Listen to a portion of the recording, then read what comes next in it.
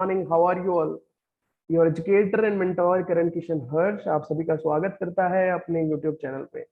जैसा कि मैंने मेरे पहले वीडियो में आप लोगों को इन्फॉर्म कर दिया था कि इस बार जो मैं सीरीज लेकर आ रहा हूँ वो है चार्ट की सीरीज, जिससे आप लोगों के एग्जाम से पहले एक दिन पहले जो आप रिवीजन करना चाहते हैं वो रिवीजन आप इजीली कर पाएंगे उन चार्ट की हेल्प से। सारा कुछ आप पढ़ रखे होते हैं, लेकिन एग्जाम से पहले जो हमें रिवीजन करना होता है उस रिवीजन में जो है हमें कुछ ऐसी चीज चाहिए जो क्विक रिवीजन हमारा कर पाए। और यहाँ पर वही चार्ट्स में आप लोगों के साथ लेकर आया हूँ। तो फटाफट से बढ़ते हैं पहले चार्ट की तरफ और आज के चार्ट को एंजॉय करते हैं। Have a wonderful journey guys.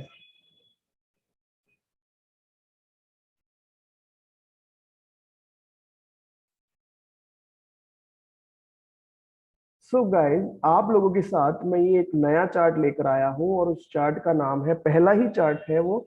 और पहला चार्ट आपका जो है वो है इंडियन कॉन्ट्रैक्ट एक्ट का। जैसे कि आप लोगों को पता है कि इंडियन कॉन्ट्रैक्ट एक्ट आपका पहला चैप्टर है और Indian contract act that is 1872 बहुत बड़ा है।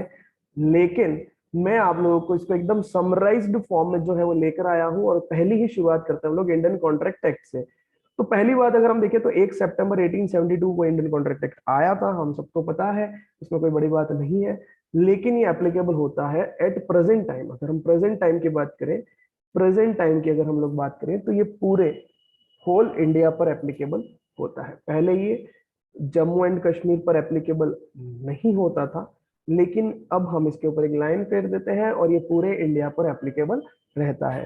तो इंडियन कॉन्ट्रैक्ट एक्ट 1872 1 सितंबर 1872 को बना था, पूरे इंडिया के ऊपर एप्लीकेबल रहता है। नेक्स्ट आगे हम लोग सेक्शंस की बात करें तो इसमें दो चीजें आती है, दैट इज जनरल प्रिंसिपल्स और स्पेशल काइंड्स ऑफ कॉन्ट्रैक्ट। यानी कि सेक्शन अगर हम फर्दर बात करें आगे तो ऑल टाइप्स ऑफ कॉन्ट्रैक्ट, यानी कि जितने भी तरह के कॉन्ट्रैक्ट्स होंगे हमारे देश में, जितने भी तरह के कॉन्ट्रैक्ट्स है, डजेंट मैटर उसकी कोई पर्टिकुलर कैटेगरी है या नहीं है, जनरल कॉन्ट्रैक्ट जितने भी है उनके ऊपर अलग से ये वाले सेक्शंस एप्लीकेबल रहते हैं।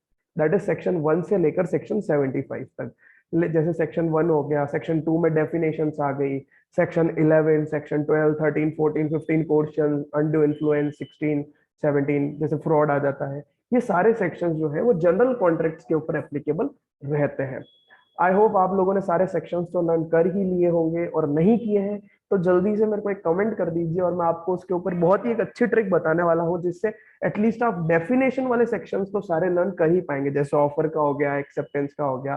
फटाफट से कमेंट कीजिए और मैं आप लोगों को एक अच्छी सी ट्रिक बताऊंगा जिससे आप सारे सेक्शंस भी जो है वो इजीली लर्न कर पाएंगे।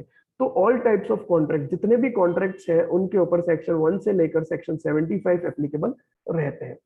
आगे के जो सेक्शन है दैट इज सेक्शन फ्रॉम 124 से लेकर 238, ये सारे सेक्शंस डील करते हैं गारंटी हो गया, प्लेज हो गया, अबेलमेंट हो गया, प्लेज हो गया, मॉर्गेज हो गया जिसको मॉर्गेज भी कहते हैं लोग, मॉर्गेज वगैरह, इन सब के ऊपर सेक्शन 124 से लेकर 138 के सारे सेक्शन जो है वो इन अलग अलग पार्ट्स में हम लोगों ने डिवाइड कर रखे हैं। और जैसे जैसे हम लोग आगे कभी पढ़ेंगे और जब इन सब के बारे में डिटेल में पढ़ेंगे तब एक बार फिर से उनके बारे में देखेंगे। अभी सिर्फ समरी चार्ट की बात करें तो article sorry Indian contract act 1872 जो है वो 1 सितंबर 1872 को बना था, पूरे इंडिया के ऊपर एप्लीकेबल होता है। दो तरह के इसके सेक्शंस रहते हैं, जो जनरल प्रिंसिपल के ऊपर और स्पेशल कॉन्ट्रैक्ट के ऊपर। जनरल प्रिंसिपल्स पे सेक्शन 1 से लेकर सेक्शन 75 और स्पेशल कॉन्ट्रैक्ट में 124 से 238 के आसपास के सेक्शंस एप्लीकेबल रहते हैं। नेक्स्ट अगर हम बात करें एग्रीमेंट की, तो हमारे पास आता है एग्रीमेंट और एनफोर्सेबल बाय लॉ। यानी कि ऐसे एग्रीमेंट्स जो कि एनफोर्सेबल बाय लॉ है उनको हम लोग कॉन्ट्रैक्ट कहेंगे गाइस। ठीक है, यानी कि कॉन्ट्रैक्ट को पूरा करने के लिए, कॉन्ट्रैक्ट को बनाने के लिए हमें पहले एनफोर्सेबिलिटी का होना जरूरी है, और एनफोर्सेबिलिटी के पहले भी हमें एक एग्रीमेंट का होना जरूरी है। एग्रीमेंट क्या कहता है? एग्रीमेंट सिर्फ और सिर्फ एक ऑफर है, ऑफर प्लस एक्सेप्टेंस।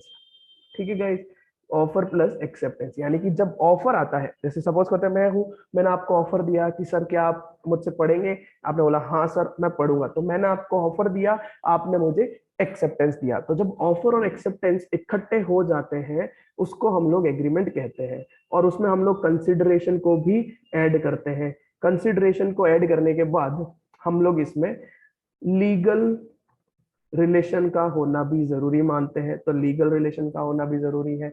उसके बाद एनफोर्सेबिलिटी बाय लॉ आता है, यानी कि ऐसा कॉन्ट्रैक्ट जिसमें ऑफर भी है, एक्सेप्टेंस भी है, कंसिडरेशन भी होगा, लीगल रिलेशन भी होगा, और एनफोर्सिबल बाय लॉ भी रहेगा।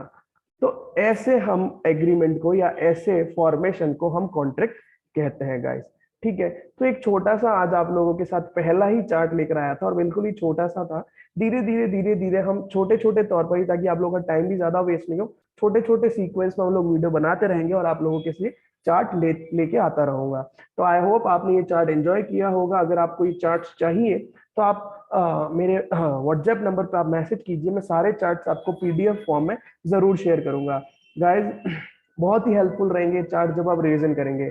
तो जल्दी से फटाफट से कमेंट कीजिए आपको कैसा लगा वीडियो, और फर्दर आने वाले ही दिनों में मैं इनके ऊपर और भी बहुत सारे चार्ट्स लेकर आने वाला हूँ। So guys, thank you so much, have a nice day ahead.